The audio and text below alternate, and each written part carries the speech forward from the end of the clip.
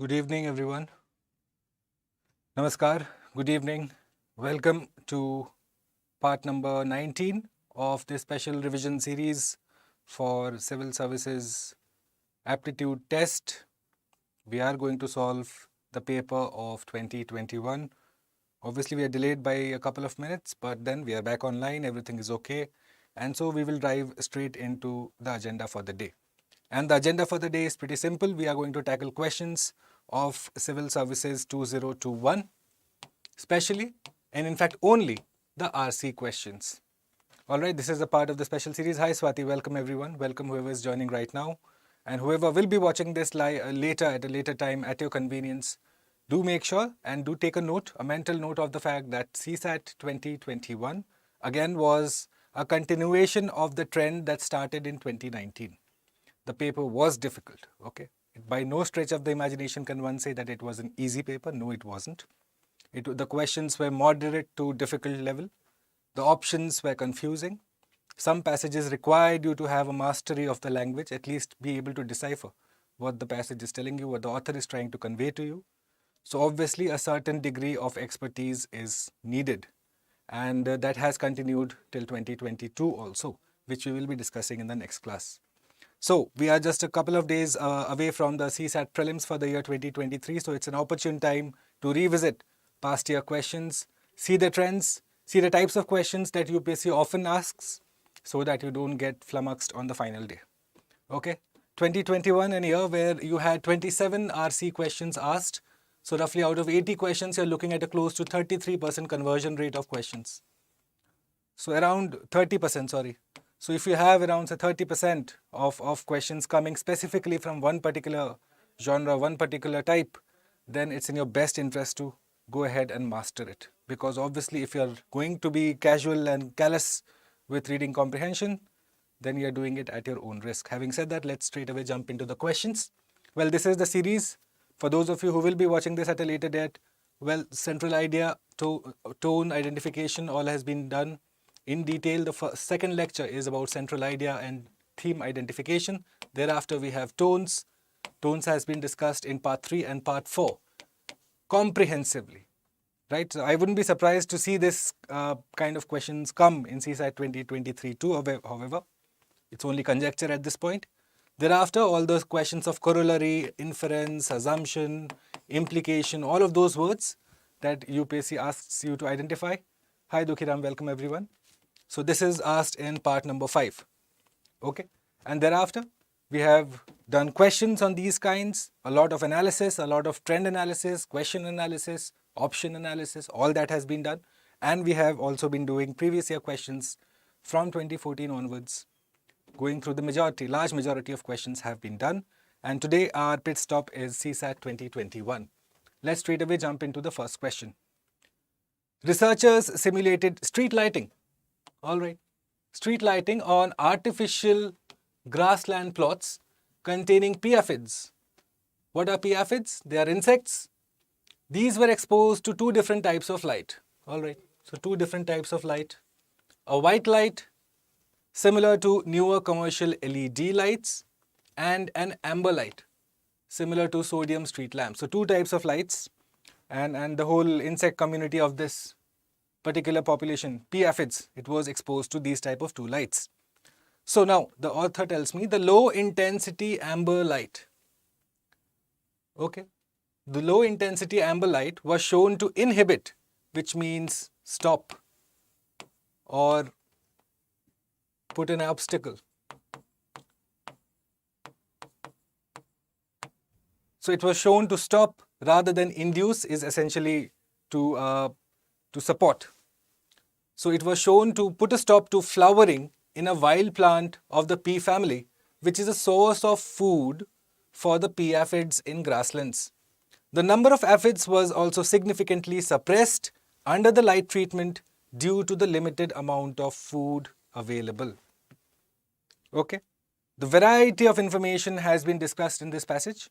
However, if you were to look at it prima facie, what you will understand is the author is speaking about pea aphids being exposed to amber light. Thereafter, the numbers falling, okay, the number was also significantly suppressed. So the numbers fell. Why? Because food availability also fell. Right? That's all we know insofar as amber light is concerned. We have no idea about what happened with the white light. What are the results of the white light? We have no particular idea. We'll look at the questions now. Which one of the following statements best reflects the most critical inference that can be made from the passage given above? What's the larger conclusion that you can draw? Right? Hi, good evening everyone. Good evening. So let's have the answers to this. What's the larger conclusion that you can draw? What's your takeaway after reading the passage? Now, number one, low intensity light has more adverse effect on the plants as compared to high intensity light. Okay. Three operative words: low intensity, high intensity, and thereafter, which one is more adverse? If we go back to the passage, you straight away see that he is spoken only about amber light and then the findings of the amber light. He has not spoken anything about, say, a comparative degree of amber light versus white light. All we know is that amber light was low intensity. That's all. But then the findings of the research of the white light are unknown to us, which means this can't be my inference.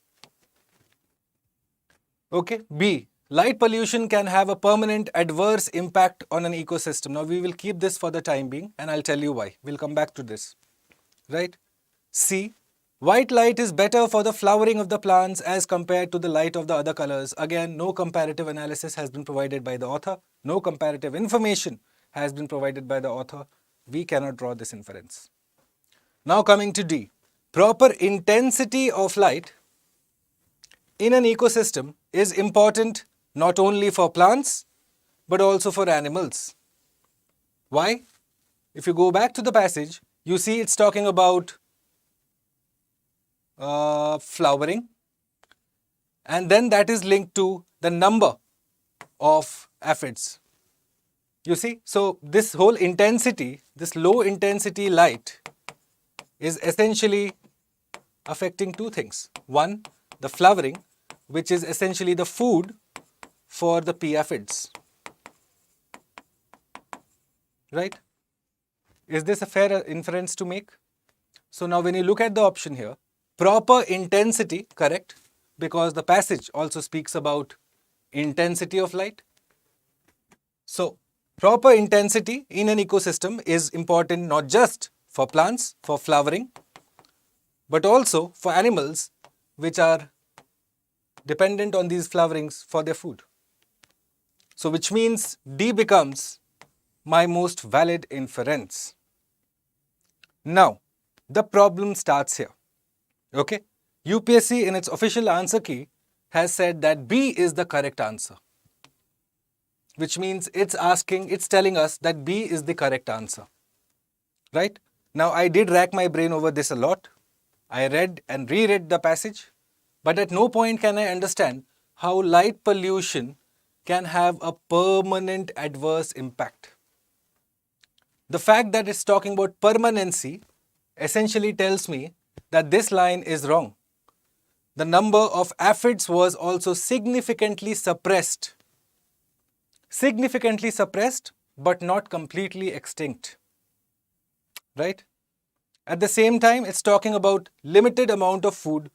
It means that there was food production, probably 10%, earlier if it was 100%, which is why the number suppressed. So permanent adverse impact, that sense does not get captured. Okay?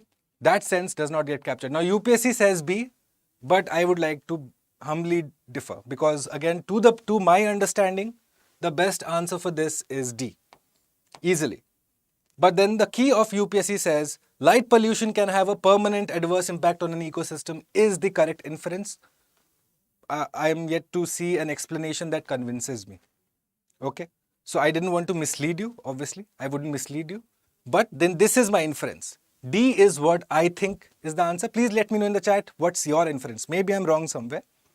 My inference is that D is the most natural answer here. However, if any of you are arriving at the answer B, please do let me know in the chat. I'd be happy to be corrected. I'd be happy to be informed and educated about this particular passage. But then to my limited understanding, B can't be the answer. Okay? But the commission in all its wisdom thinks that B is the answer. I'm yet to see any explanation that convinces me as to why and how. Okay? So, if anyone has any answer, please do. It's the right time to let me know.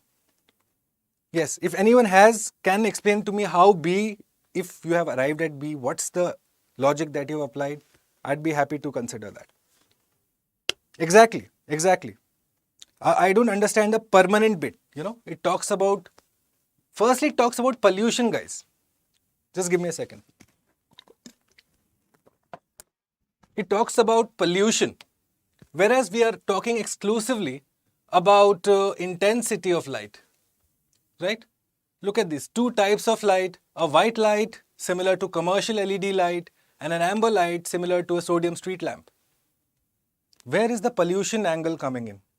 That I was unable to understand. So if anyone has that information or that understanding, probably I'd take it. Yeah, exactly. At the same time, this is a very extreme statement, don't you think? That it can adversely impact an ecosystem permanently. I don't get it. Okay? So, we'll move forward. But then do know that this question was there. My understanding is D is the most natural answer. But if you look at the official key released by the commission, they say B. I am not sure why. Okay? We'll move forward. Let's look at this. Let's look at this, guys. Sure. I know, Arjun, I completely agree. Mallikarjun, I agree. It can't be permanent. Correct. Okay. Approximately 80% of all flowering plant species are pollinated by animals, including birds and mammals. But the main pollinators are the insects. Fine. Pollination is responsible for providing us with a wide variety of food as well as plant-derived medicines. Fine. It gives us food as well as medicines. At least 1/3 of the world's agricultural crops depend upon pollination. Fine. Very important. Bees are the most dominant taxa when it comes to pollination, and they are crucial to 400 crops.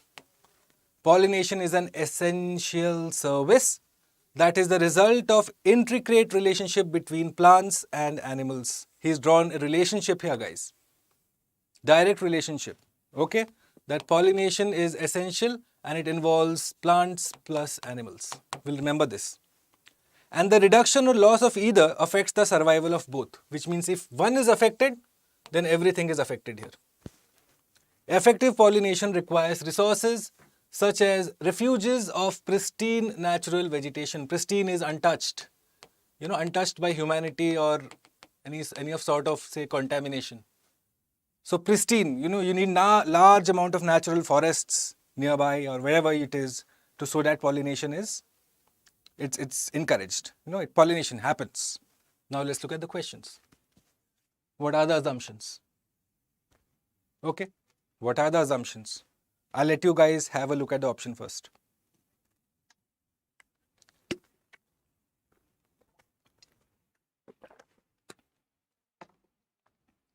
Okay, first one let's consider. Sustainable production of India's cereal food grains is impossible without the diversity of pollinating animals. Like I have told you, whenever you look at words like extreme words, straight away what a statement to make, that you cannot produce cereals sustainably without bees. Or without what? The diversity of pollinating animals. So without all of them put together. They are so important that it's impossible to do pollination without them. It's a very extreme statement. Plus at the same time, when you look at it, he's talking about so many other things, right? So this can't be my answer for sure. Impossible is an extreme word. Second one, monoculture of horticultural crops hampers the survival of insects. Monoculture of horticultural crops hampers the survival of insects. Where is that sense here? Where is that sense? That we have to just probably like whenever you're drawing one type of crop, so it's going to harm insects. We do not know that. We have no idea about that, which means B can't be my answer. 1 can't be my answer. So what am I left with then? Yeah, 3 and 4. Pollinators become scarce in a cultivated area devoid of natural vegetation. Like I told you, pollination is to do with both plants and animals. And if one is affected, then the whole process is compromised, which is what he's saying. That pollinators become scarce if you do not have vegetation. If this is gone, pollination is affected, correct? Diversity in insects induces diversity of plants. Look at this here. See, bees completely directly affecting 400 crops, right? Pollination done by animals. Which of them is the most one that affects the pollination process? Insects. So the more the insects, the more the diversity. Correct? So this is correct here. 3 and 4. B. Horticulture, monoculture of horticultural crops hampers the survival of insects. Where is that assumption true? First look at it. Monoculture of horticultural crops firstly. Please understand that he is just talking about crops here. Whether horticultural or agricultural is not known. Okay? He is talking only about crops firstly. Has he specified what type of crops? We do not know. Right? So how can it be an assumption? This is too specific an information and the passage is too general without mentioning anything about the type of crops. So how can we draw that inference? How can we come to that assumption? Okay? So which is why your answer here will be 3 and 4, which is option D. See? This was again a difficult year, guys. Please understand. It was an extremely tricky year. Some of the questions you will see going forward, not very easy. Okay? We'll move forward. Let me know if you have any doubts. I'll be happy to take them. Okay, let's look at this. Kaveri Basin.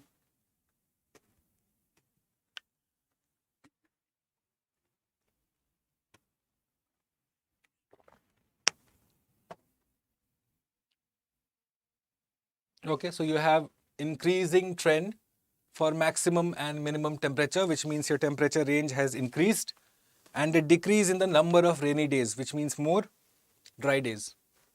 These climatic shifts will have an impact on the hydrological cycles in the region, lead to more runoff, less recharge, affect the groundwater tables.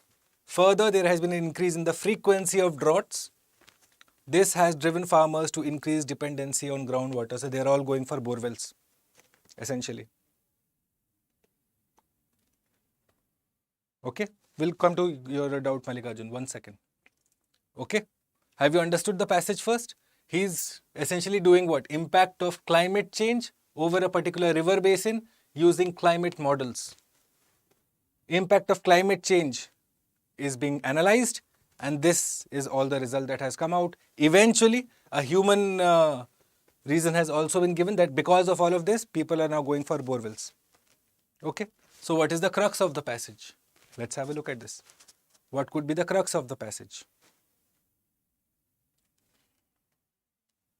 Development of regional climate models helps in choosing climate-smart agricultural practices. Where? Where do we know that? Where do we know about climate-smart agricultural practices? Where is that sense in the passage? Where is that sense in the passage? Anywhere. All he's mentioned about is the impact of a study, what it has shown, and some one human example or one human consequence of it. So this can't be my crux. B. Heavy dependence on groundwater resources can be reduced by adopting dry land cropping systems. Look at it. Very specific system he's mentioned, no? But then when you look here, dry land cropping system is to do with droughts only. What about the rest? Less recharge, more runoff, hydrological cycles have to be taken care of. All of that can't be done only by dry land cropping system. So galat. Okay. D. Climate change causes the farmers to adopt unsustainable livelihoods and risky coping strategies. Unsustainable livelihoods. What is livelihood? What you do to get your daily bread and butter, no? Here what have they done? They have only increased their dependency on groundwater resources. Drawing water from the thing is not their livelihood. Agriculture is. Wrong. Okay. C. Climate change increases the criticality of water resource while simultaneously threatening it. Absolutely. This all is what? What does it say? That see, what is being threatened? How is our climate, how is our water management being threatened? That right now we have lesser rainy days, more period of dry days. All of this is there, which is why people are now going for borewell water, which means C is the answer. That the criticality is being spoken about. See how important water is, at the same time how threatened it is, which means C is my answer. Yes, 3C for sure. Good, good. Okay, we'll move forward. We have lots of questions to do, guys, so we'll go a little fast. Let's look at this. BPA. Researchers were able to use stem cells to gauge the neurotoxic effects of the environmental pollutant BPA. They used a combination of these two things, biochemical and cell-based assays, to examine the gene expression profile, okay, during the differentiation of mouse. So something they were doing with the mouse embryo, and then they wanted to figure out what was happening. So what did they see? After treatment with the BPA, a compound known to cause heart diseases, diabetes, and developmental abnormalities in humans. Okay, so they were testing on a mouse to see the environmental or the physiological consequences of BPA. Okay, why? Because again, it shows that probably mouse embryonic stem cells is probably you can replicate it in humans. So they found that okay, you had heart diseases, you could run at risk of diabetes, and there were developmental abnormalities. When it means when the process is in development, the fetus is being developed. That is developmental abnormalities, right? They were able to detect and measure BPA toxicity towards the proper specification of primary germ layers such as endoderm, ectoderm, and establishment of neural progenitor cells. Fine. This is the consequence. This is the result of the test, whatever they did. Okay. This part is the result. This part is what they saw, the observation. And this part is what the test is about. Can we draw that much at least? Because it's a difficult passage, no? Correct? Yes, crops mentioned. Correct, Nalajana. Obviously. Can't be the livelihoods in the previous one. Correct. Number 4. Let's look at this now. On the basis of the passage given above, we have to figure out what the assumptions are, the correct assumptions. Number 1, BPA may alter embryonic development in vivo. Embryonic development, look at it. Developmental abnormalities. That is embryonic development when the fetus is in formation stage, from going from fetus to child, right? To a baby, not even a child, a baby, a newborn offspring. So that is the process of development of the embryo. So that's what it's saying, that BPA can affect this. Correct? It's mentioned here. It was seen in the mouse. This is a correct assumption. Which means I am left with what? A, C and D. Let's look at the next. Biochemical and cell-based assays are useful in finding out treatments for pollution-induced diseases. Look at this word now. Operational keyword. All of this is noise, huh guys? You have to just figure out how was these two used here? Yes. We saw this here. Where is it? Biochemical and cell-based assays. This is probably the procedure as to how they did the whole test, the whole study. So now it says that biochemical and cell-based assays are useful in finding out treatments. The key word here is treatments. Do we know here from all this passage that any solution is being provided? Or are we looking at just the result of the test, the observations of the test, and what the test was about? No solutions have been provided as to what could have been done to the mouse to prevent all of this. Which means this can't be my assumption. We are not discussing solutions to whatever the problem is. Okay, so if 2 is not the answer, which means what? C only. 3. Embryonic cell cells could serve as a model to evaluate the physiological effects of environmental pollutions. Correct. Embryonic stem cells are what? Stem cells are what? This only, no? So if you were to test in the formation stage, you can figure out what could the problems of a particular pollutant be. The whole passage hinged around a student able to identify this particular thing. Okay, all of this nonsense that they have written, you can just break it down to 3 parts. What the test is, what the observation was, what the result was. Okay, everything else is noise. Too many big words being thrown around, BPA, this, that, nonsense. And then you come here, and all you need to look at is, what has BPA been responsible for? Did any solutions were provided? Were any solutions provided by the author? Yes or no? No, I don't see any solutions. Do you? At the same time, well, obviously, it talks about embryonic stem cell being. Yep, it's a difficult passage, Swati. You'd be surprised. 2021 was a massacre. Okay, all students marked apna marji se idhar udhar left right because it's difficult. It's not an easy passage. I'm not even saying it's easy, which is why it takes time to understand. Which is why previous year questions is sacrosanct. You have to go through them. Which is why, because they give away the mind of the commission. No, you understand how they are thinking, what type of expectation they have of you, of understanding at least. Right? And you will see so many coaching center and this and that. The passages are not even remotely similar to what UPSC asks because you can't. You can't hope to even match the level. I'll show you one question going forward. You'll be surprised by the language. You know, it's difficult English. Like, I know I like my language, English language, but even I was like, कहना क्या चाहते हो? You know that meme that comes around from that movie? Yeah, same thing. I'll show you that passage. Okay, we'll move forward. All right, next one. Let's look at this fig tree.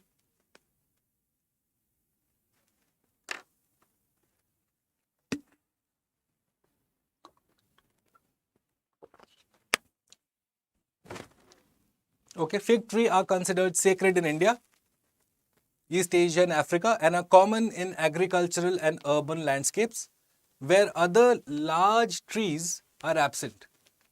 In natural forest, fig trees provide food for wildlife when other resources are scarce and support a high density and diversity of frugivores, fruit-eating animals. So if frugivorous birds and bats continue to visit fig trees located in sites with high human disturbance, sacred fig trees may promote the abundance of these birds and animals, whatever. Under favorable microclimate, plenty of seedlings of other tree species would grow around fig trees. Why? Because you're having all these bats and all these other fruit-eating organisms come to the fig tree. So they bring with themselves seeds of other trees, which is why under favorable microclimate, plenty of seedlings of other tree species would grow around them. Correct? Now, let's look at the assumption. He's essentially talking about fig trees being, and look at these words now. It's sacred in India. If you look at this line here, up till here, a lot of information is conveyed. So keep that in mind. That meme I'm telling you, correct. That 3 Idiots meme, correct. Okay, let's look at the question now. Fig trees can often be keystone species in natural forests. Here, GS1 knowledge you have to apply first. You have to know what a keystone species is. Okay.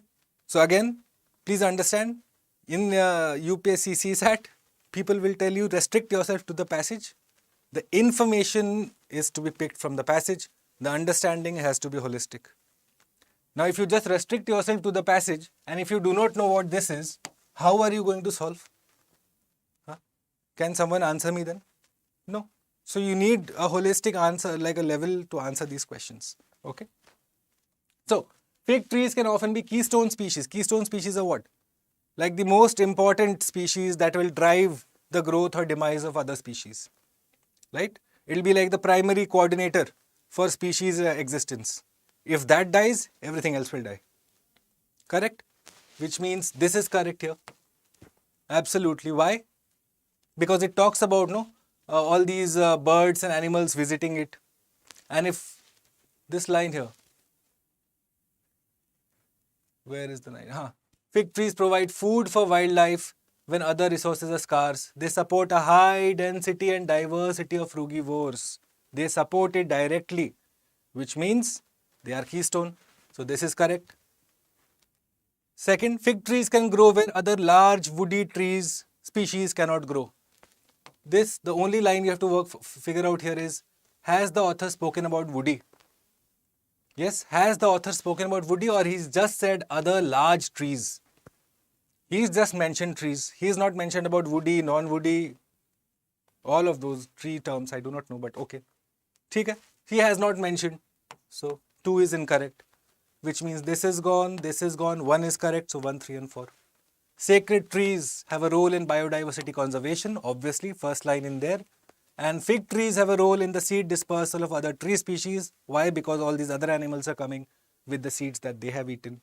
So 4 is correct, 3 is correct, 1 is correct. So D is the answer. Okay. Good answers, guys. Good. Good. Excellent answers. Chalo, we'll move forward. Have a look at this. Agroecology. Now look at it. You're supposed to just limit yourself to the passage. However, you're supposed to know what each of these means.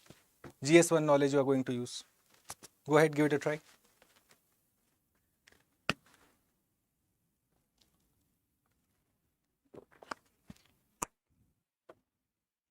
At the heart of agroecology is the idea that agroecosystems should mimic the biodiversity levels and functioning of natural ecosystems. Okay, such agricultural mimics, like the natural models, can be productive, pest resistant. So you're looking at replacements essentially that can be productive, pest resistant, nutrient conserving and resilient to shocks and stresses. In ecosystems, there is no waste. Nutrients are recycled indefinitely. Agroecology aims at closing the nutrient loops, that is, returning all nutrients that come out of the soil back to the soil. We have to know this operative line of the passage. It's telling us what exactly is the point of agroecology. Okay, through farmyard manure. Farmyard manure is organic manure. Okay, the one that you prepare at your home, not something that you buy from the market. Okay. It also harnesses natural processes to control pests and build soil fertility through intercropping. Agroecology has to do something with intercropping. We all know what intercropping is. Agroecological practices include integrating trees with livestock and crops. Your NCERT tells you there is a specific word for this. You all know it. 2 days to go for your examinations, you all know what it means. So what is he speaking about? Consider the following. Which of the above practices can be compatible with agroecology? Basically, suit the definition that is given there. Number 1, cover crops. What are cover crops? Essentially this. Yes? Correct. Fertigation. Hydroponics. Hydroponics is without soil. You try and grow something. Lack of soil. But it is talking about what? That nutrients that come out of the soil back to the soil. That's what the answer should be. Hydroponics is something fancy. That has nothing to do with this. So no. Fertigation is artificial fertilizer treatment. You go ahead and just have a overhaul of the whole land. That is fertigation. That's not what he's talking about. He's talking about organic. Where is the organic line here? Natural processes. Okay. He's talking about organic ones. He's not talking about artificial farmyard manure here. He's only talking about organic ones. So this can't be my answer. Mixed farming, absolutely. He's mentioned there. Polyculture, yes, he's mentioned there. Vertical farming, no. What is vertical farming? You guys all know. All of you know what is vertical farming. I don't need to explain your GS here. Correct? So what's the answer to this? A. 1, 4 and 5. See? Now tell me how would you solve this without knowing all of this? Impossible. Huh? So you have to understand, take the information of the passage, but when it comes to the options, have like a little open brain. You know? Have good answers, guys. Good answers. Correct. We'll move forward next. See the difficult questions, guys. These are completely different from what you must have solved so far. No? Okay, next one. Computers increasingly deal not just with abstract data like credit card details and databases, but also with the real world of physical objects and human bodies. Modern car is computer on wheels, aeroplane is computer on wings. Then it talks about Internet of Things, IoT. This will see computers baked into everything from road signs to MRI scanners to prosthetics to insulin pumps. There is little evidence that these gadgets will be any more trustworthy than their desktop counterparts, which means the trust deficit will stay. What is the trust deficit? That hackers can take control of the devices. That is the trust deficit. That is what he's speaking about. Okay, let's look at the options. We have to understand what's the critical inference. Let's look at the options now. Number 1, computers are not completely safe. Completely safe, okay. Not completely safe, fair enough. We'll keep it here for the time being. B, companies producing the software do not take cyber security seriously. I don't know. They haven't mentioned anything about companies here. Okay, and nothing about say Meta or Twitter or Instagram or Google or all of these AWS not taking cyber security seriously. Okay. C, stringent data security laws are needed. How will that deter the hackers and how will that deter anything? Even if you make a law, will the trust deficit go away? No. D, the present trend of communication technologies will affect our lives in the future. Now, I know that here most of the students went with this option. Okay. Why? Because of this line. That it could be dominated by the hackers in the future. Okay. That was the takeaway for most of the students. But what is it asking you? What's the larger conclusion? Is the conclusion just about communication technologies affecting our lives? And this is based on what? The last line of the passage? Okay. That's like an incomplete inference. The more complete inference is that computer systems have a vulnerability. And now with them increasing, well, our reliance on them, they are not going to be safe. They are going to be open to hacking, manipulation. So that's the point the author is trying to tell to you. This is essentially an ancillary idea. This is an ancillary idea and correct. It's not incorrect. He's mentioned this here only. He's talking essentially about the trust deficit here. Look at it. There is little evidence that these gadgets will not be any more trustworthy than their desktop counterparts. That going forward, computers are going to be as vulnerable as they were, which is essentially this. Computers are not essentially completely safe. This is what he's trying to say. Again, a difficult question. How many of you got this correct? Hand to your heart, tell me in the option now. I think many would have gotten it incorrect. Most would be tempted to mark this. But this is an ancillary idea which is only expressed by one line. Just one line of the passage. The conclusion of it says it. Okay? Fine, we'll move forward. Let's look at this.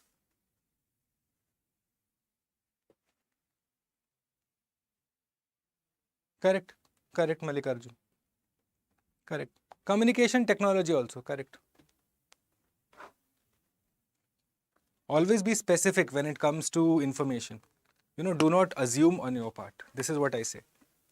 People will assume that communication technology means computers. People will assume that that's what the passage is trying to say based on the last line that they have read because it is fresh in your head. But you have to look at the passage in toto. I have always told you this previously also. Look at the passage in totality. Do not look at a particular line or a particular passage, a word, and then decide the central idea or the inference.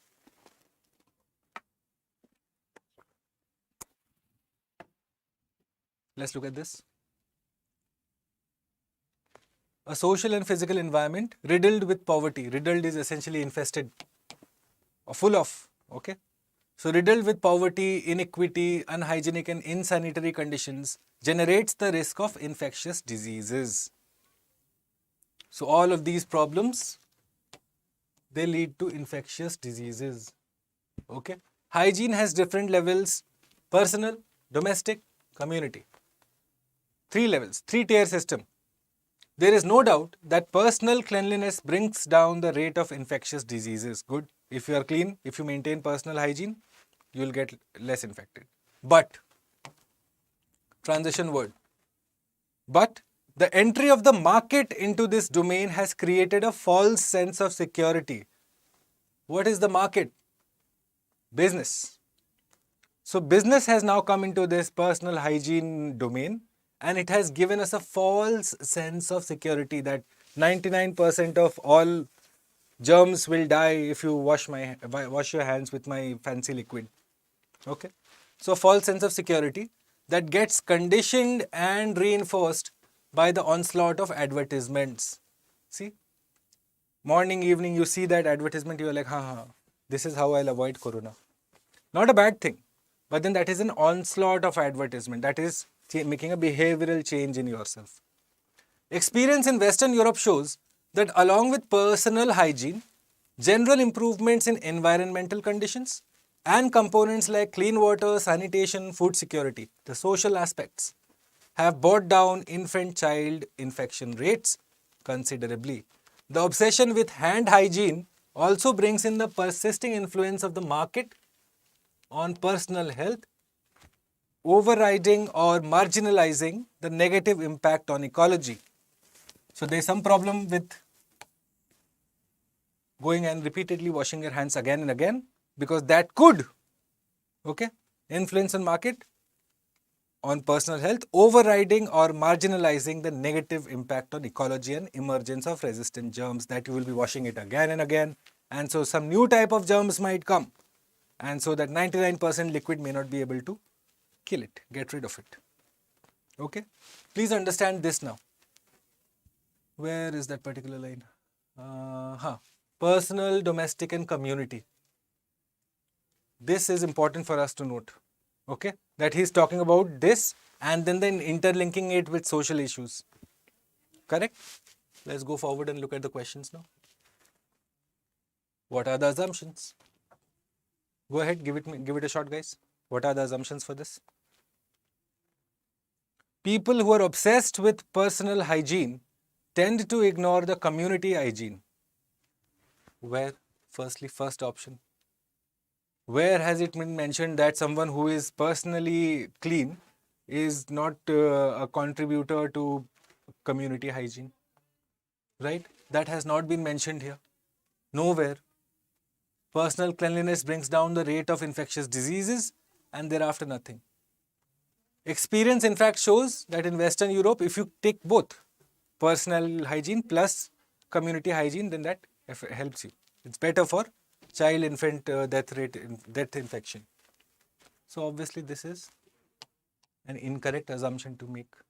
Second one, emergence of multi-drug resistant germs can be prevented by personal cleanliness. Multi-drug resistant germs. Specific, no? Very specific. There are some germs that are multi-drug resistant, some that are not. Has the passage mentioned anywhere about multi-drug resistant? Or has the passage just mentioned about germs? Tell me. Has the passage mentioned that about multi-drug resistant germs? No. The passage in fact only says about what? That it brings down persistent influence of the market on personal health and then emergence of resistant germs. Are they multi-drug? We do not know. How will we know? So B is incorrect. So 1 and 2 are incorrect, which means this is gone, this is gone. 3 and 4, 4 and 5. 4 is definitely correct. Science and micro-level interventions are not sufficient to bring down the burden of infectious diseases. Correct. Now we have to just look for 3 and 5, which one is incorrect or correct. Let's look at 3. Entry of the market in the domain of hygiene increases the risk of infectious diseases. How do we know that? When the author has just mentioned here what? The obsession with hand hygiene also brings in the persisting influence of the market, overriding negative impact on ecology and the emergence of resistant germs. How is that increased infectious diseases? Okay, this is a distortion. This is what essentially is called as a distortion, guys. Okay, whenever you, like in passages you will see, what is a distortion? that A equals to B, B equals to C, so A equals to C. That does not often work, especially for ideas. That happens in maths. Correct? So this is a distortion that आपने बात को घुमा दिया. That you have expressed a thought that in a contravening sense. Correct? So here the answers are what? 4 is incorrect. So 3 and 5. Sorry, 4 and 5. 4 and 5 is what? C. C is my answer. Correct. Okay. Clear? Clear, everyone? Clear? 3 and 5. 3 and 4 won't be the answer, no? 3 is definitely incorrect. 5 is correct. Community hygiene implemented through public health. Essentially all of this. Community hygiene, ठीक है, through public health, clean water, sanitation, food security, all public health. Right. So if you have personal hygiene plus public hygiene, public health, then you are going to be better placed. That's what the author is saying. In the battle against infectious diseases, you need both community plus personal. That sense has to be taken in. Correct? So which means your answer here is C. See why I tell you this. Whenever you see words like public health, education, social, whenever you see those, no, stop for a second, because that is going to be asked in the option. If you have noticed the trend, since 2014 we have solved all of these PYQs. UPSC will give you a smaller example, say evidences. Okay, this is what I am telling you now. Identify the trend here very quickly. What does UPSC do? In the passage, they will tell you A, B, C, D. Okay, and then in the option, they will give you the blanket, the bigger term for A, B, C, D. Something like say E. You should be able to identify the connection between these two. This is a classic UPSC move. They do this year in, year out. Okay, and students fall for it. Another thing that they do on a frequent basis, I have told you, cause-effect distortion. That the passage will have that A leads to B. In the option, they will be like, acha, B leads to A. Students will just not pause and think whether this has been mentioned in the passage. They'll be happy to mark this. Again, another trick that the UPSC has on its sleeve and does it every year, and students fall for it. Okay, because they are not able to identify cause-effect.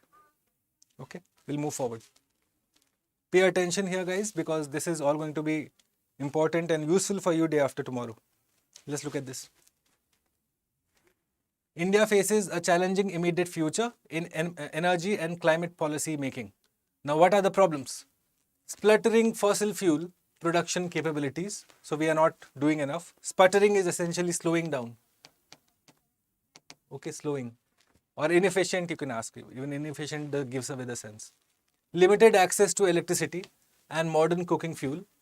Rising fuel imports. Continued electricity pricing and governance challenges, leading to its costly deficit or surplus supply, and not the least, environmental contestation around land, water and air. All of these put together is leading to what? Our problems in energy and climate policy making. So many reasons is given off in one passage only. Okay? But all is not bleak. But all is not bleak, which means he will now praise it. But is a transition word, guys. Are you able to identify? Whenever you see but, since, however, yet, nevertheless, stop. It means the author is going to probably speak on the contrary side. But all is not bleak. See, all is not lost. In spite of so many things wrong, he said, okay, sab theek hai. We'll see why. Growing energy efficiency programs, integrated urbanization, transport policy discussion, inroads in energy access and security, bold energy renewable initiatives, even if not fully conceptualized, suggest the promise of transformation. Which means he said, we have done so much of proposals, so many proposals have been mooted and launched. So don't worry, we have got the will to transform, but then the problems are aplenty and they are on the dual front. What fronts? Energy and climate policy making. However, he said, okay, it's all not lost. At least we have taken some steps to address the problem. Okay? Now let's look at the critical message. Basically, the central idea is to be identified here. Give me the answer, guys.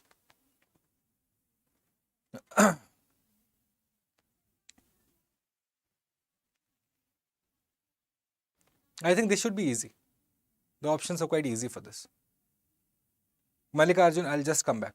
We'll discuss the options, and before I go into the next passage, I'll discuss option 4 for you, for sure. Don't worry. Give it a thought first. Here, have a look at the passage also. I don't want to stand in the middle. What will be the answer, guys? Let me know in the chat quickly. What is the central idea the author is speaking about? Okay. Please understand, sustainable developmental goals and heavily tuned. Where is that sense in the passage firstly? Where is it? He says, well, growing energy efficiency program, we are doing all of these, but then are all of these essentially speaking about sustainable development goals? SDGs are quite specific, no guys? The 2030 SDG goals, all of them are so specific, right? Are they might be connected to the idea of SDG, but are they SDG? No. Wrong.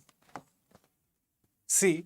India's energy and climate actions are not compatible with its broader social, economic and environmental goals.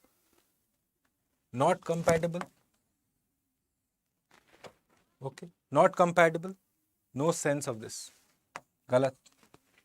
D. India's energy decision-making process is straightforward. Is it straightforward, guys, when you have so many problems here? And when the problems are multiple, the author says. The author speaks about multiple problems. So can it be straightforward? No. India's energy decision-making process is complex and interconnected. Absolutely. A is correct here. Why? Because so many problems are there.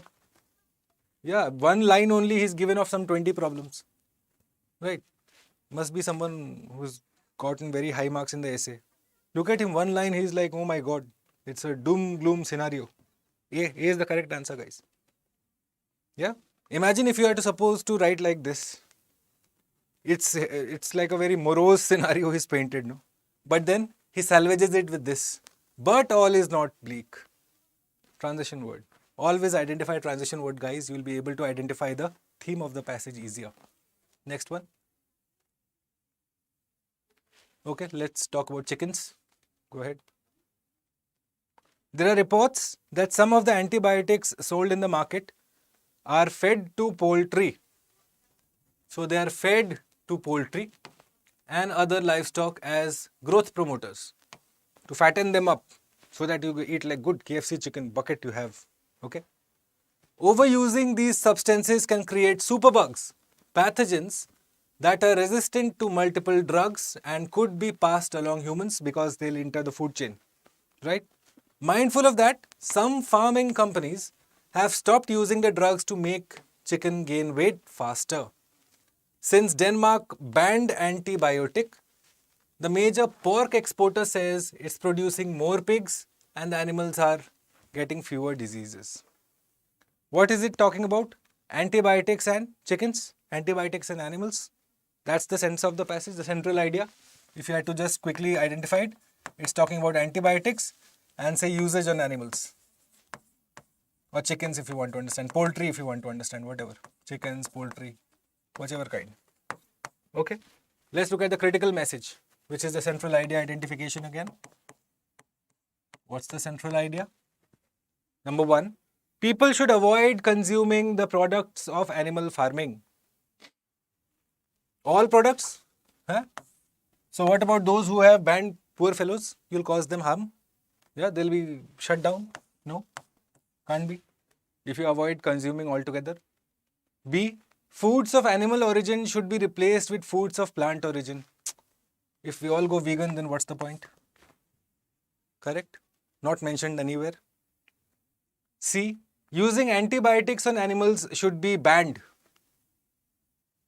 Understand this now. Using antibiotics on animals. If the word here was feeding antibiotics to animals should be banned, then I would agree to it. But what if an animal is sick? Poor fellow. Okay? The animal is extremely sick, but then you have said that no, you can't use antibiotics to animals, so let it die. Will that be my correct assessment? The problem is with the word using. which includes feeding plus, say, for actual health related issues of the animal that you need. Which means this can't be my answer. Antibiotics should only be used to treat diseases. Yes, not the food part. They shouldn't be given to become fat and become a part of a chicken bucket. So correct. Correct inference. Correct critical message. Clear? Good. Most of the students would have gone with C, guys. Why? Because they would have understood using as feeding only. They wouldn't have considered that an animal can also need antibiotic otherwise. After all, it's a living being. Okay, we'll move forward next.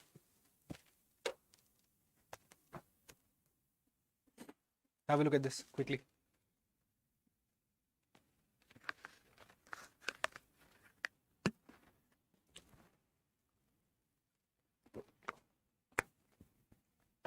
Policymakers and media have placed the blame for skyrocketing food prices. Okay, so food prices are going high. On what are the reasons? High fuel prices, bad weather in key food producing countries, and the diversion of land to non-food production. He said 1, 2, and 3. 3 reasons only. Okay. Increased emphasis, however, transition word, has been placed on a surge in demand from the most populous emerging economies. From, which means we in India will be eating a lot more. There are too many of us, we will be eating a lot more. It seems highly probable that mass consumption in these countries could be well poised to create a food crisis. That since we'll be consuming so much, and because of these 3 reasons, a food crisis might be expected. Central idea.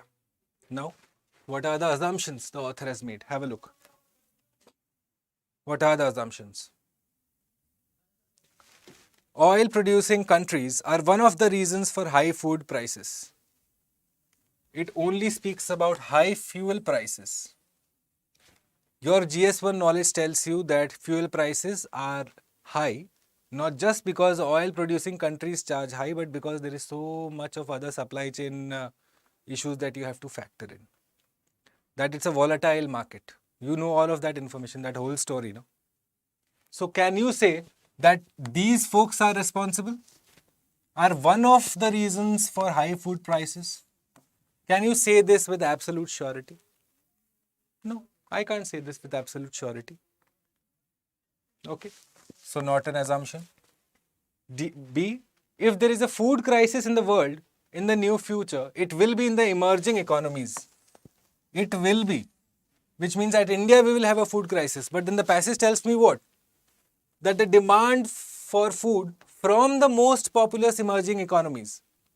So we will create the food crisis, but not for us, for the rest of the world. Okay? It seems highly probable that mass consumption in these countries, for example India, could be well poised to create a food crisis. For whom, you should ask? For India? Is that what the author is saying? Is that what the author is saying, that because India will eat so much, so it will create a food crisis for itself? No. It is saying that it could originate from there. It could be the reason, the cause for it. But the effect could be anywhere else, or it's at least not mentioned in the passage. So which means my answer here is assumptions are valid. So yeah, D. Both of them are invalid assumptions. Clear? Everyone clear? Okay. See, difficult questions. You have to be really smart here. Not an easy question, especially if you consider this. Many students would have thought high fuel prices, oil producing countries have a direct link. No, they don't, firstly. At least not through the sense of the passage. Okay, so that is it. Move forward. Let's look at this, guys, quickly.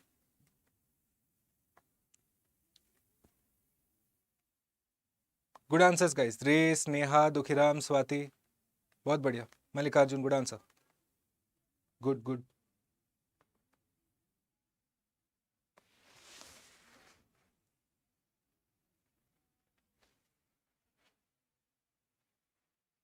Okay. A central message of modern development economics is the importance of income growth. by which is meant growth in GDP. In theory, what you read in your UPSC notes, rising GDP creates employment and investment opportunities. As income grows in a country where the level of GDP was once low, households, communities and governments are increasingly able to set aside some funds for the production of things that make for a good life. So GDP probably leads to a good life. You can have opportunity for a good life. Today, GDP has assumed such a significant place that if someone mentions economic growth, we think they mean GDP, growth in GDP. Clear? It's talking about the effects of GDP, what GDP is and the effects of GDP. Now, we have to figure out the assumptions. Number one, rising GDP is essential for a country to be a developed country. Essential. Is it essential? Essential means a necessary condition. A necessary condition has to be fulfilled. A prerequisite is being said by the word essential. Okay? Correct, Mallikarjun. Future obviously you cannot consider in assumption type questions. Absolutely correct. Good answer. So this is incorrect, guys. Nowhere has been mentioned that it is essential. It said there is a correlation, but is it like an undeniable correlation? No. Next, rising GDP guarantees a reasonable distribution of income to all households. No. All it says is that you have the money to invest. Whether everyone has equal access to the money is not mentioned in the passage. This is talking about access of money, reasonable income distribution. Incorrect again. Correct? Which means your answer here, which of the valid? Yep, none are valid. So D is the answer. Okay? These words are to be seen. Guarantees, essential. All of these which say absolutely, in that sense of absolute is being conveyed. Stop, evaluate, analyze. Don't fall in the trap created by UPSC. Okay? Next question. We'll have a look.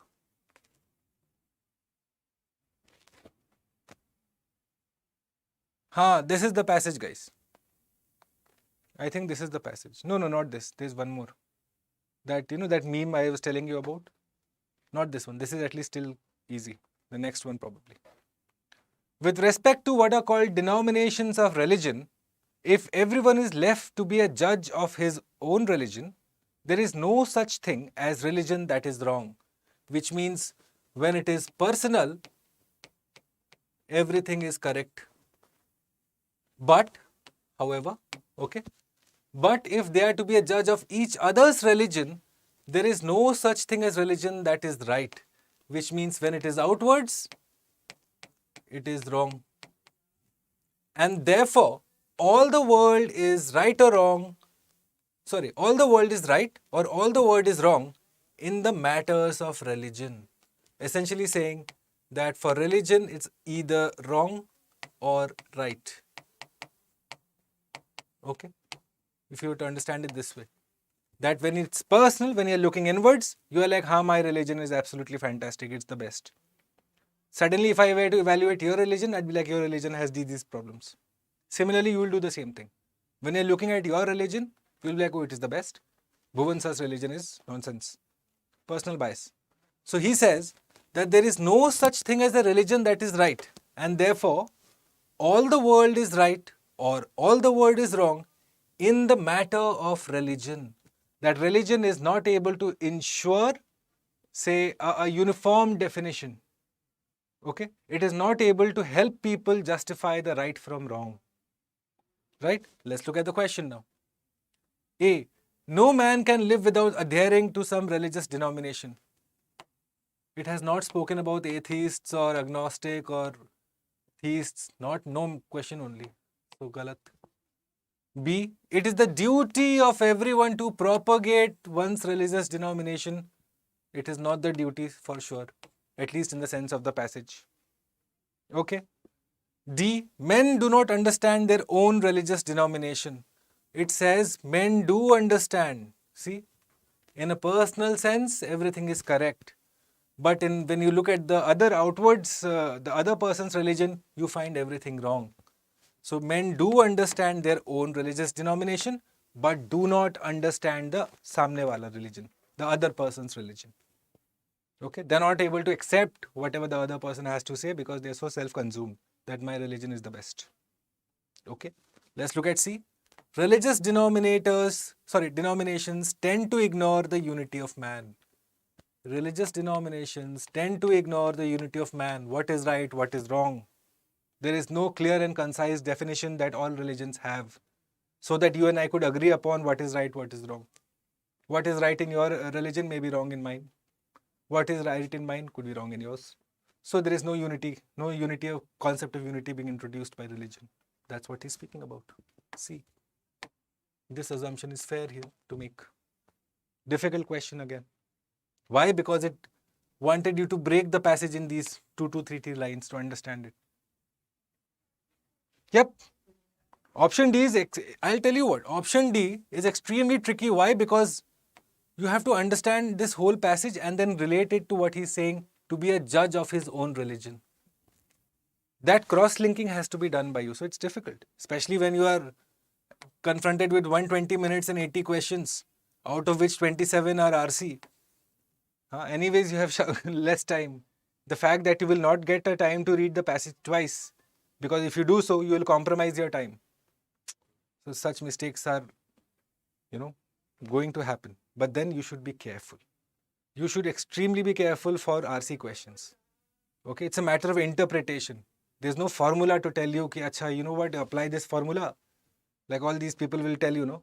So this route, this will be the answer, this is the formula. No. There's nothing like that in RC. It's a matter of interpretation which comes with age and experience. And at least practice for sure. Okay? We'll move forward to the next one.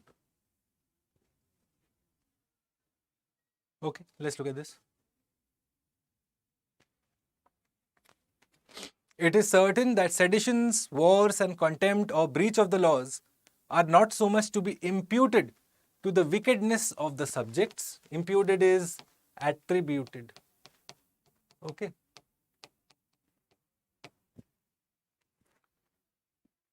Or estimated, you can also understand.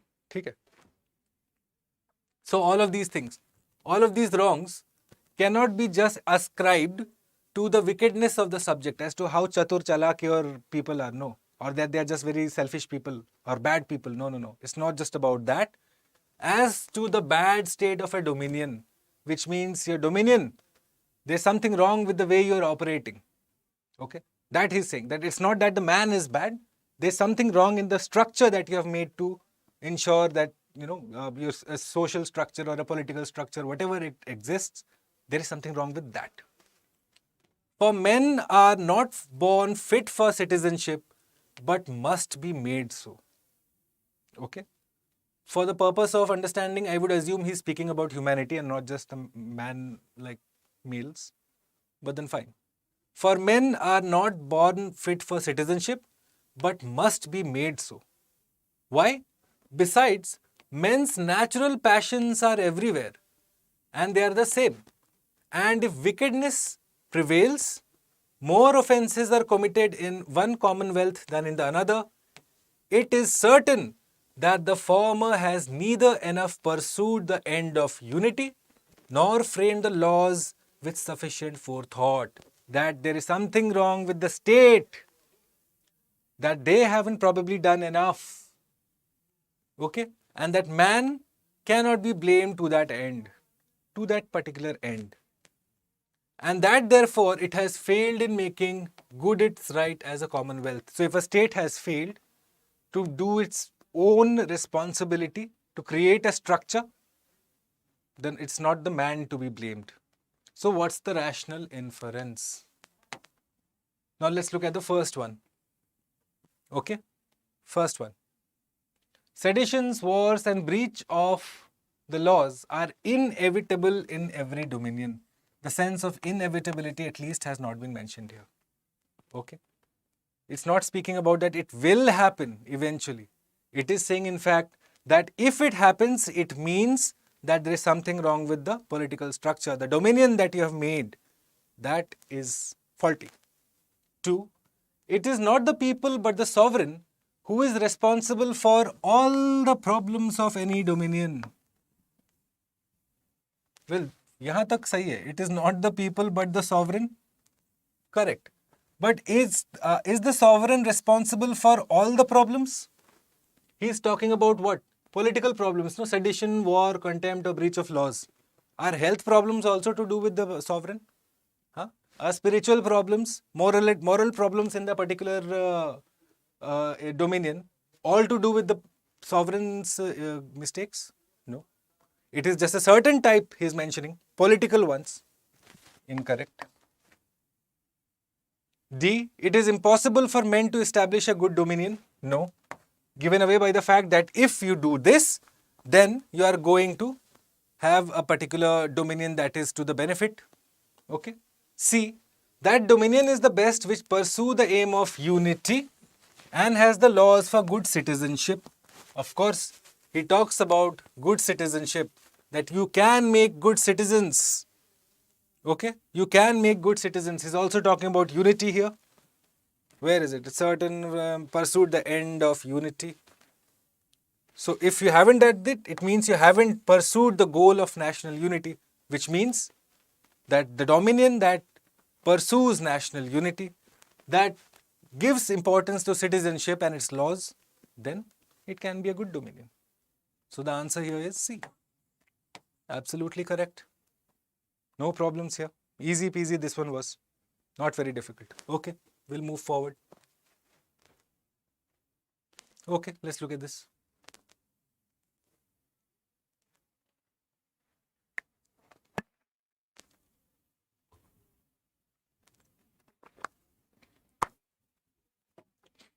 Inequality violates a basic democratic norm. A norm is what? A commonly accepted practice or an idea is a norm. Like coming late to office was the norm, which means it was accepted. It was commonly accepted that everyone turned up, say, 15 minutes late. Okay. So, inequality violates a basic democratic norm, a practice.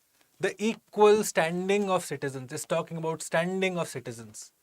Equality is the relation that obtains between persons in respect of some fundamental characteristic that they share in common. Equality is, morally speaking, a default principle.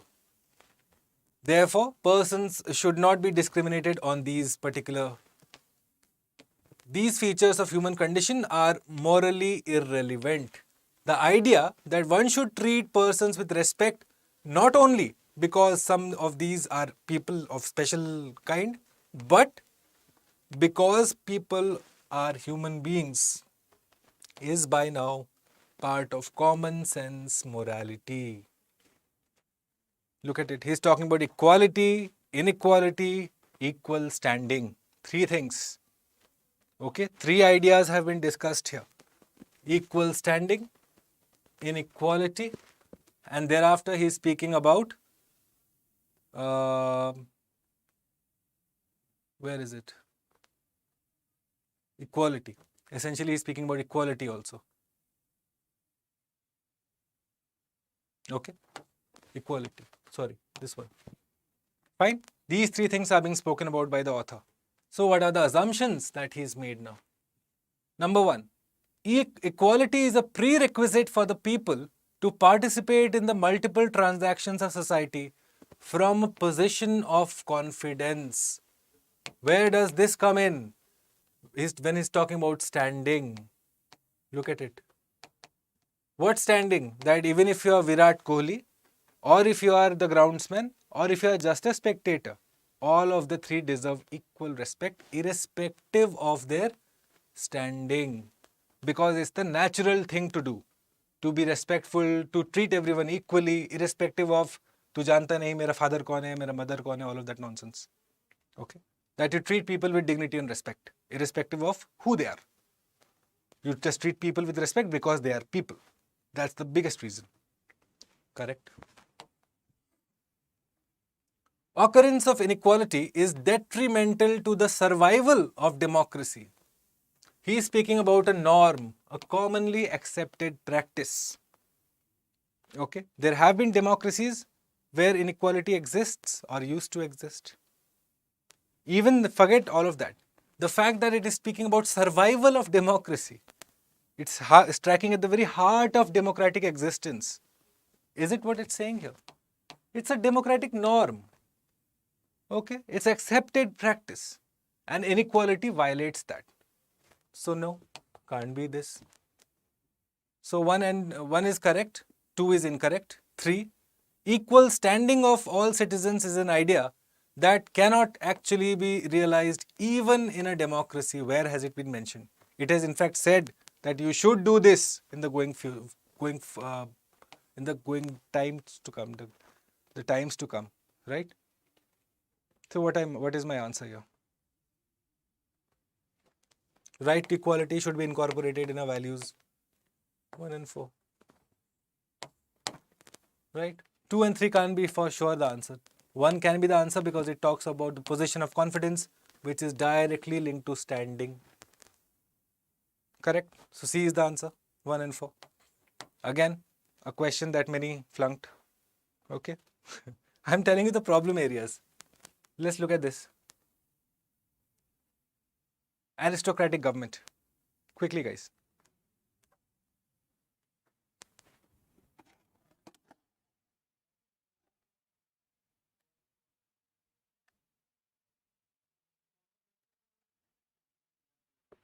Three once again, I will. This one, see. Equal standing of all citizens is an idea that cannot actually be realized even in a democracy. That sense is not mentioned here. No? In fact, he is saying that irrespective of the fact that someone may be a big shot and someone may not be a big shot, you have to treat them with respect.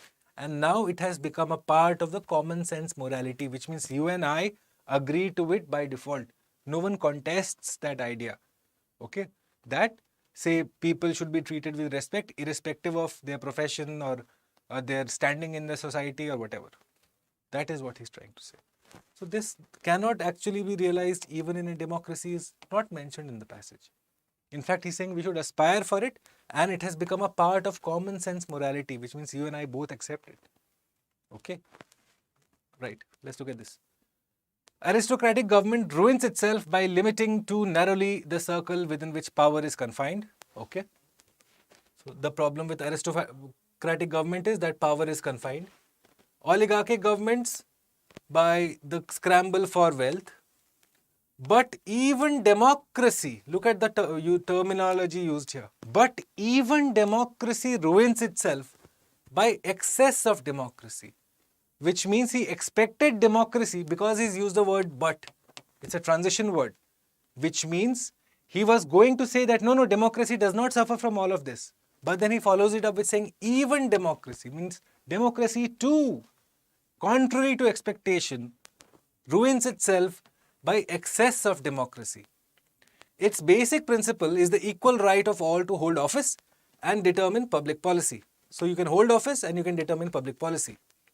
This is at first glance a delightful arrangement. It becomes disastrous. Why? Because the people are not educated. Okay? The people have no understanding, no awareness plus education, and they repeat what their rulers are pleased to tell them. Such a democracy is tyranny or autocracy, and this fellow's quote, this fellow's passage, Plato. Okay? That education and awareness is to do with the fact that people are not able to choose their leaders wisely. So even though democracy is what? That everyone has the right to vote and everyone has the right to public office, but then being too much of a democratic country is bad. It's not fair. It's not correct. So what is the crux of the passage? Number A, human societies experiment with different forms of government. Not the crux of the passage, because we are talking about the interplay of different governments plus education awareness. That sense has to be captured. Can't be the answer. B, any form of government tends to deteriorate by excess of its basic principle. Look at it. We'll come back to it. We'll discuss this. C, education of all citizens ensures a perfect, functional and sustainable democracy. Perfect, functional, sustainable. Are we speaking about education only? Or are we speaking about the excesses of these systems? excesses of the systems are being spoken, which is why he's spoken about aristocracy, which is why he's spoken about oligarchy. And then he said, but even democracy ruins itself by excess of democracy, which means the other two were also ruined because of the excess. So aristocracy could have been a lot more, but then aristocrat became self-centered. So okay, power, kitchen cabinet, no? Me and my two friends will rule the whole kingdom. Excess of aristocracy. Oligarchy, the incautious scramble for wealth. Me and my two friends, oligarchs, Putin and his two mates, they're like, we will run the whole thing. Too much of oligarchy has ruined oligarchy. Similarly, too much of democracy also has ruined democracy. Why? Because uneducated people, folks who haven't studied or are not aware. Correct answer. This is the gist, the central idea of the passage.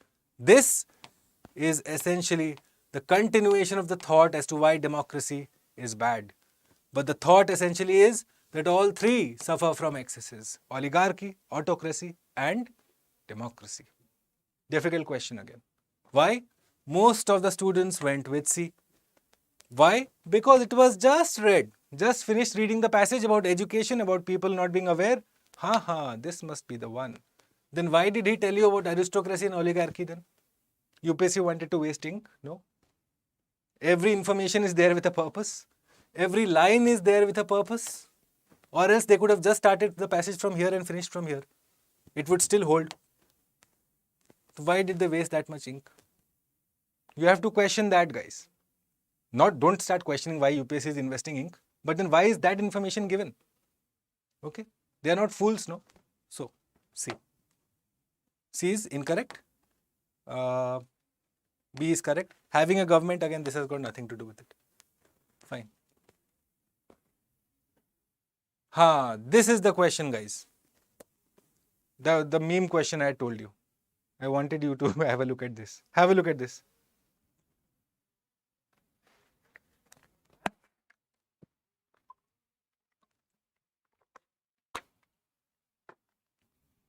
Nothing can exist in a natural state which can be called good or bad by common assent, since every man who is in a natural state consults only his own advantage and determines what is good and bad according to his own fancy. Yahan tak. Let's understand it till here first. Okay? Because it's one whole line only. The whole passage is a line. So now first understand this. Nothing can exist in a natural state which can be called good or bad. What is a natural state? Essentially, he's talking about a time when we are all homo first ones, erectus or whatever. Okay? Forefathers. At that time, natural state. Now, the definition of good and bad was by common assent. So, nothing can exist in a natural state which can be called good or bad by common assent. So, at that time, there was no definition of right or wrong.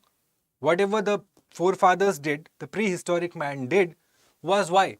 Because he wanted advantage. Okay? And what is good or bad according to his own fancy? And so far as his regard for his own advantage alone. That there was no moral compass. Everything was to ensure survival. So that you were the one who survived and prevailed. And holds himself responsible to no one save himself by any law. Okay? Which means he would only prescribe or bow down before a law. Now, from that prehistoric man, we have come to law. Which means we have come to the concept of a nation state. Which means we have come to the whole concept of rule of law. There was some law, there was some rule in place. And therefore, sin cannot be conceived in a natural state, which means any actions done for your advantage at a time when nation state did not exist cannot be considered to be a sin. Because you were just following your, say, instinct. You were guided by survival, by making sure that you had the advantage in that duel. Okay? But, transition word, which means he'll be speaking about something else. Only in a civil state. Civil state is what? Where there is a structure, where there are laws, where there are political hierarchy and the rule of law exists, at least, if you want to understand it, which is decreed by common consent. which means there are a group of people who have decided what is good or bad, and each one holds himself responsible to the state. So this means that sin there was no concept of sin for the prehistoric man, and in a civil state, we decide amongst each other, okay, this is acceptable practice, this is a non-acceptable practice. Difficult passage, no doubt. Okay. Anyone who attempts this question and got it correct, I have to give it to him or her. Well done. Whoever did it in 2021. Now, the central idea, thank God they didn't ask the assumption after this, because my God, that would have killed the students. They just asked you to identify, figure it out. This whole line, what does it mean? Thank God for that. Number one, the concept of what is right or wrong exists due to the formation of a state. The concept of right or wrong exists due to the formation of a state. Understand this now, guys. Number B, unless a ruling authority decides what is right or wrong, no man would be morally right.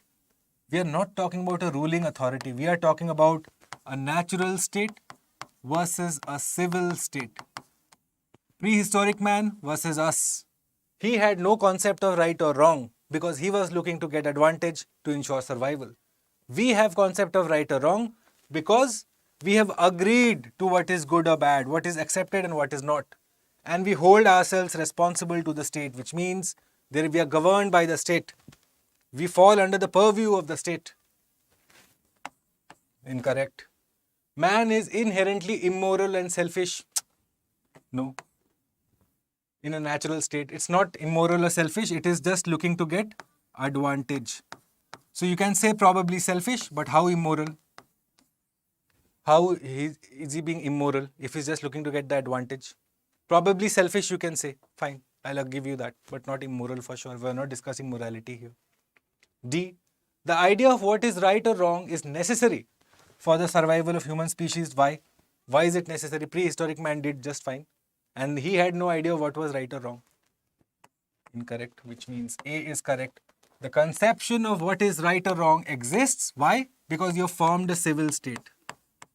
In a natural state, there was no concept of right or wrong. It was all just being done to ensure survival.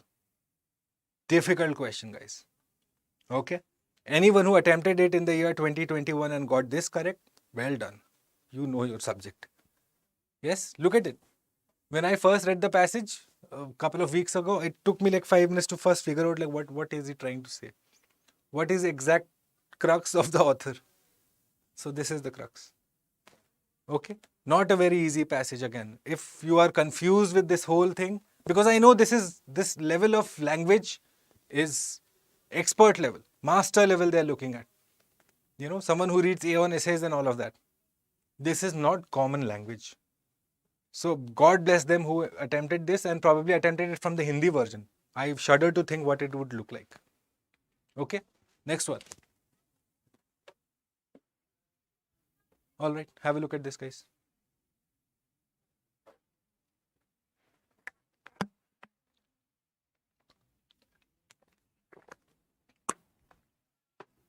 In the immediate future, we will see the increasing commodification of many new technologies, AI and robotics, 3D manufacturing, custom-made biological and pharma products, lethal weapons, driverless cars.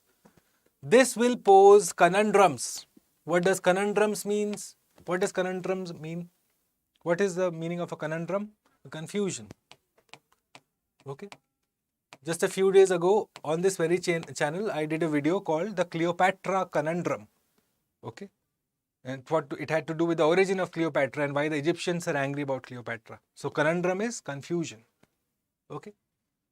The moral question of how a driverless car will decide between hitting a jaywalker, someone who's a pedestrian, and swerving and damaging the car has often been debated. The answer is both simple and complex. At which angle should the car swerve just enough to save the pedestrian or more than enough?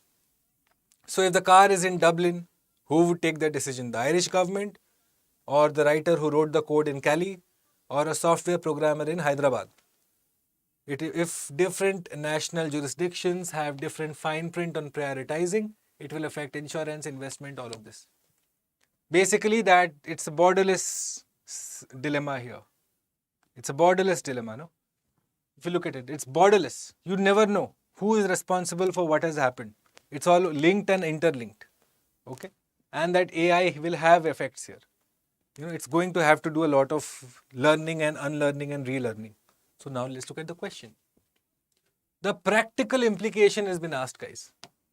What would you practically apply on the ground based on the information? What's your practical understanding? Number one, too much globalization is not in the best interest of any country. Too much globalization, firstly. Firstly, you should ask, how much is too much? Firstly, how much is too much? One is incorrect, which means there, 2, 3 and 5.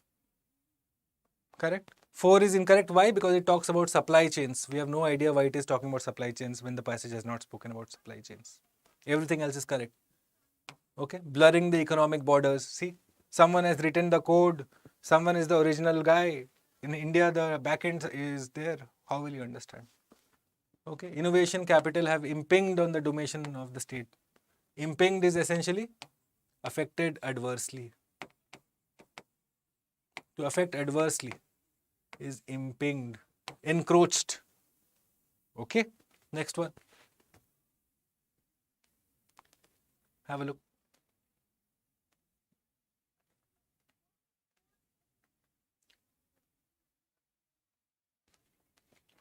So it's talking about bank and it's talking about recapitalization of public sector banks so that it has capital cushion. But, transition word, bad debt resolution and recapitalization are only a part of the solution, as they by themselves can do very little unless there are systemic reforms. Systemic reforms, guys.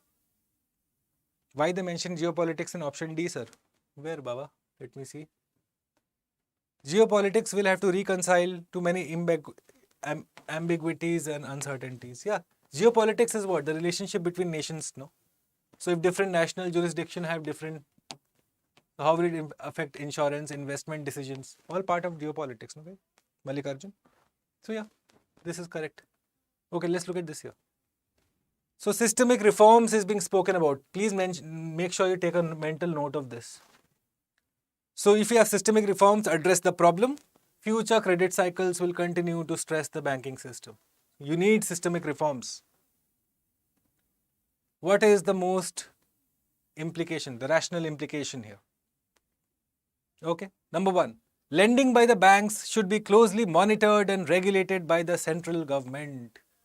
I have told you this. Whenever you look at suddenly central government, union government being introduced, please stop for a second and figure out why only central government. At the same time, lending by the bank should be closely monitored and regulated by central government. Does it make sense? Is that what the author is saying here? He is in fact hinting at systemic reforms. Just closely monitoring and regulatory authority won't do anything. A is incorrect. B, interest rates should be kept low. No. In fact, it is saying that you have lent too much. There's no point lending anymore. You will have more NPAs. C, merger of many banks. Where is the sense of merger of any banks? Indian banking system requires structural reforms, which is essentially systemic reforms. Systemic reforms. So if you have structural reforms, then your bad loan problems can be taken care of. Clear? Clear? The point that he's also mentioned is that recapitalization alone is not going to help. See, bad debt resolution and recapitalization are only a part of the solution, which means this can't be my answer. Okay, that even you have regulation and monitoring by the union government, how will that help? Correct. Plus, you should also ask yourself, is it the more complete answer? Is it the one that you would justify, would naturally follow in a singular line of thought? Then it makes sense. Okay? Next one. All right. I think this is the last one, guys. Go ahead. In India, the objective of macroeconomic policy is to enhance the economic welfare of the people. And any wing of such macro policy, monetary or fiscal, cannot independently work without active support. So they are all linked to each other. Monetary is linked to fiscal. And then that goes with the macroeconomic policy. This drives the macroeconomic policy. ठीक है? Corollary. You know by now what does corollary mean? That all the information in the passage is true. So what would be the next step? What should be the natural consequence? What should be the natural consequence is corollary. What did I do?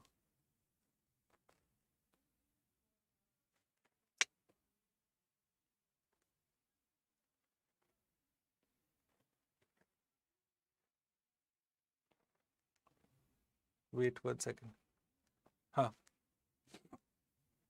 Yes. So if the passage is true, what should be the natural consequence? Right? Number 1. The central bank cannot work independently of the government. Interdependence. Who looks after the monetary policy? Who looks after the financial policy? The fiscal policy. You guys know that already. So, the central bank cannot work independently of the... This is the natural consequence of the action. Government should regulate financial markets and institutions closely. What government? State government, union government, local self-government, which one? Market economy is not compatible with socialist policies of state government. No. Financial sector reforms are required for enhancing the economic welfare. It's to do with this. This is the primary, which means this is the answer. A. A is the answer. Okay? Alright. So with this, we have completed 21 questions of 2021. 4 or 5 are left, which I will try and do tomorrow. And tomorrow we will also complete the paper of 2022 CSAT. Please understand again, look at the questions, how we have approached. Today was a marathon session. We have gone on for close to 2 hours. But then the intention was that you guys are completely ready insofar as question analysis up till 2021 is concerned. May I request you, tomorrow evening, the night before the CSAT, do not go anywhere on any YouTube looking for solutions analysis.